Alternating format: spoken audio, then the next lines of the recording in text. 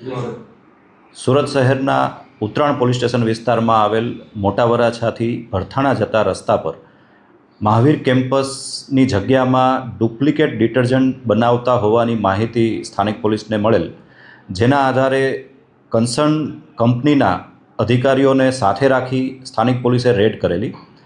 સ્થળ પરથી પીએનજી કંપનીના એરિયલનો જથ્થો તથા કેસ્કિંગનો જથ્થો તમામ મુદ્દામાલ સાથે કુલ 25 લાખથી વધુ રકમની કિંમતનો મુદ્દામાલ મળી આવેલ.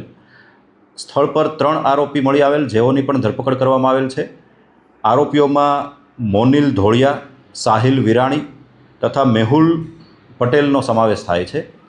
આરોપીઓ પૈકી મોનિલ ધોળિયા અગાઉ કામરેજ પોલીસ સ્ટેશન વિસ્તારમાં પણ આ જ પ્રકારના ડુપ્લિકેટ પ્રોડક્ટ બનાવવાના ગુનામાં ધરપકડ થઈ ચૂકેલ છે તેની, અને તેના વિરુદ્ધ અગાઉ કાર્યવાહી પણ થયેલ છે. બ્રાન્ડેડના નામે ડુપ્લિકેટ ડિટર્જન્ટનું વેચાણ કેટલા સમયથી કરતો હતો? ભૂતકાળમાં જે વાત કરીએ, કામરેજમાં પકડાઈ ચૂકેલો.